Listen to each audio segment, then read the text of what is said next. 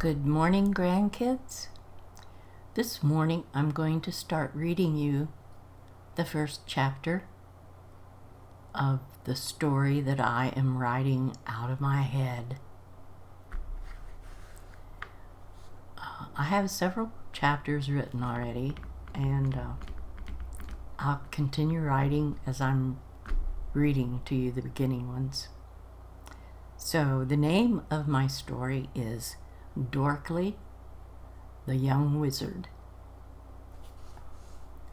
And I'll read you the introduction.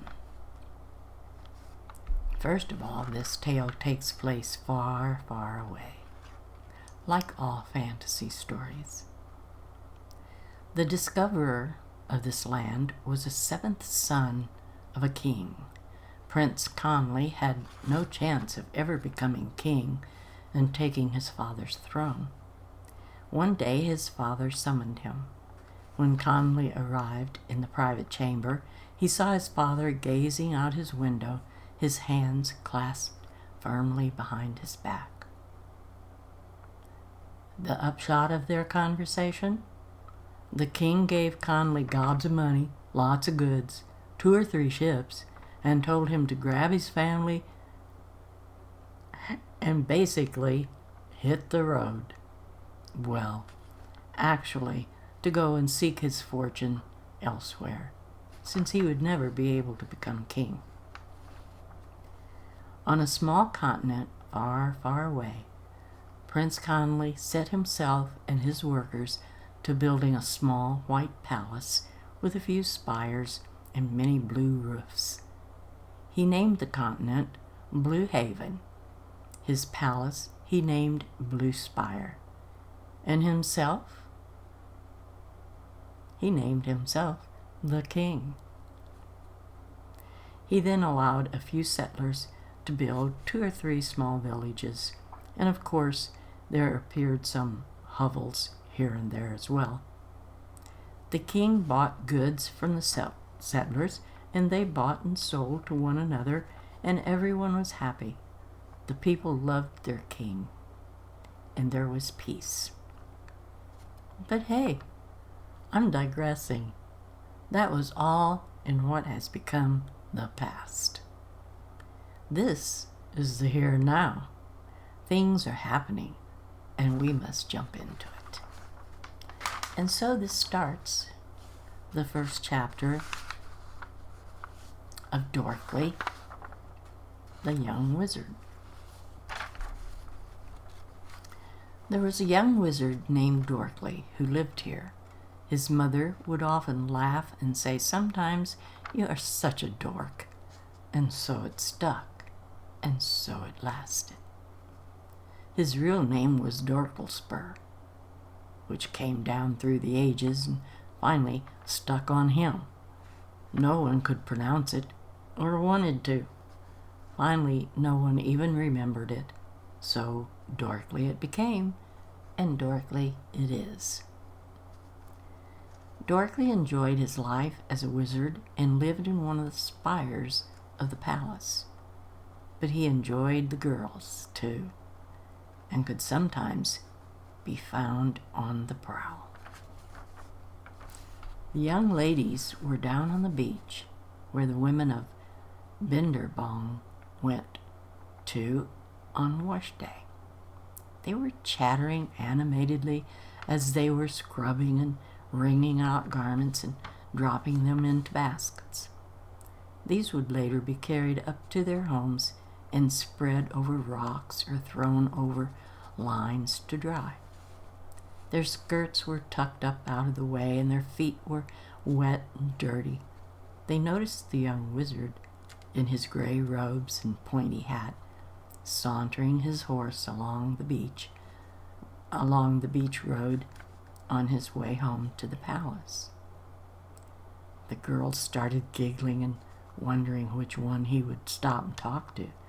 But of course they knew. They glanced over at Cindy and saw that she had gotten quite busy with her head turned away from the rider. She stopped her business to push a pin back into her hair where it was falling, but Still, her blonde curls were coming loose, wanting to fall free. As the wizard ambled his horse over to them and jumped off, Cindy quickly picked up her basket and started up the path toward her house. "Whoa, hey, wait," the wizard called out and started after her. This started the girls giggling again. As he caught up with her, he said, "Why are you in such a hurry?" "I have work to do," she stated shortly. "May I carry your basket for you? It looks quite heavy."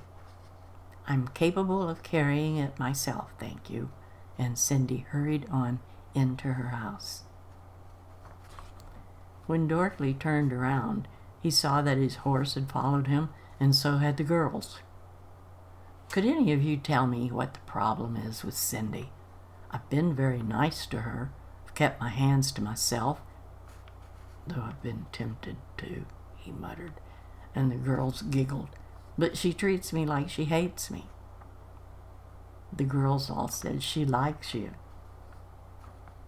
"Well, you could have fooled me," he groused. "She has a strange way of showing it."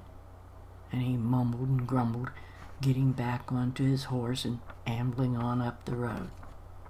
The girls giggled some more and started on up toward home, gossiping about Cindy and the young wizard as they moved on with their baskets of laundry. Dorkly walked his horse around the inner bay road and stopped at the gates of Bluespire Palace. He looked on up the hill behind the gates, admiring the palace which King Conley had helped build many years ago. After admiring the view for a few minutes, he dismounted from his horse and started searching through the deep pockets of his robe. He pulled out a few lumps of cheese, held his hand under his horse's quivering lips. The horse was named Cheesy for this very reason. He loved cheese. Cheesy's tongue whipped out and curled around the lumps, snatching them back into his mouth, his eyes rolling around with pleasure. Dorkly gave him a good pat, led him over to the horse barn and tackle shop off the road outside the gates. "Take good care of him, Toothy," and flipped a coin into the shop owner's hands, who, despite his name, or because of it, gave him a toothless grin. Dorkly looked up at the guard on the top of the wall and gave a slight salute, and the gates started slowly opening. The guard up top called down, "Having any fun today, Dorkly?" "Not much," Dorkly grumbled. "Women." "Know what you mean, man. I'm not having much luck either," and the guard laughed. "Hey," Dorkly said, "can't you make these gates move any faster?" "Afraid not," came the reply. "Not my job," and the guard laughed. Hearing that brought a disgusted roll of Dorkly's eyes. Once inside, the young wizard walked across the outer court, noticing the ladies with their heads together, looking at him, gossiping behind their unfurled fans of lace. He gave them a wink as he passed, but noticed the one who always caught his attention. He'd be trying to get her into her chambers, and he gave her a wink and a wiggle of his fingers as he passed by. "One of these days, lady, you're going to give in, and then you're mine." He went on toward the wide steps leading up to the tall double doors, manned by the palace guards, who opened them for him. Before he entered, he looked back at that last lady he had passed and saw that she was standing there with her mouth open and the hand with the fan just hanging there at her side. He actually laughed out loud. She was stunned that he hadn't stopped as usual. Inside, Dorkly could walk the blue carpeted aisle directly to the throne, but that wasn't where he was going. This blue carpet circled right and left around this inner wall and around the court. He was taking the right and going directly to his spire. He was thinking of his sitting room with his library off the side.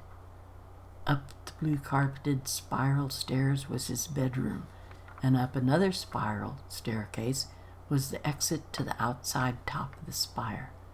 No walls, just a chest-high iron fence all around.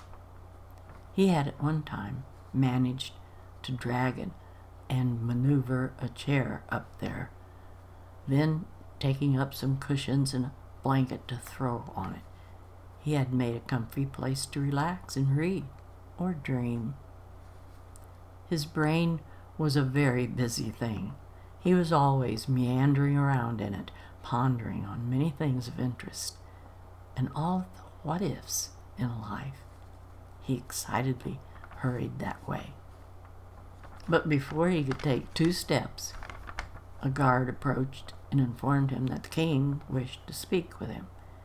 He noticed there were only a few of King Conley's advisors and guards sprinkled around over the court before the throne. It seemed to not be a very busy day for the king, and he must be bored. Dorkly walked to the foot of the throne and then shoved his hands into his sleeves and gave the king a bow. He straightened and asked the king if there was anything he wanted him to do. Before the king could speak, the old wizard, who was always by his throne, spoke instead. He asked Dorkly if he had done anything useful with his day so far, while frowning down at him.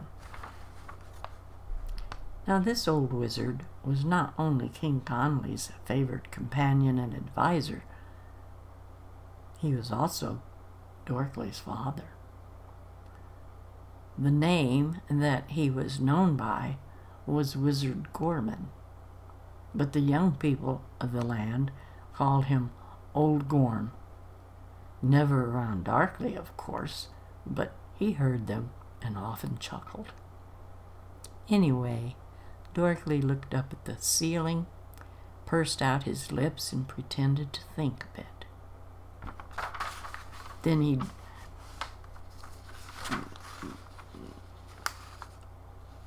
he dropped his eyes to his father and said, "Nope, I don't think so." He then turned back to the king.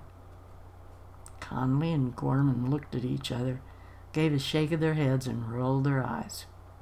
Dorkly was 20 years old and wasn't really much they could do with him. The king could have thrashed or thrown him into a dungeon, but nah, this wasn't that kind of a kingdom. Besides, the young wizard was actually useful to the king from time to time. In the meantime, Dorkly was wondering exactly what did they want. He was anxious to get to his own affairs. And that's the end of the first chapter. So I will see you again next week on Friday. I hope you will enjoy this, and I will see you next time. Bye-bye, grandkids.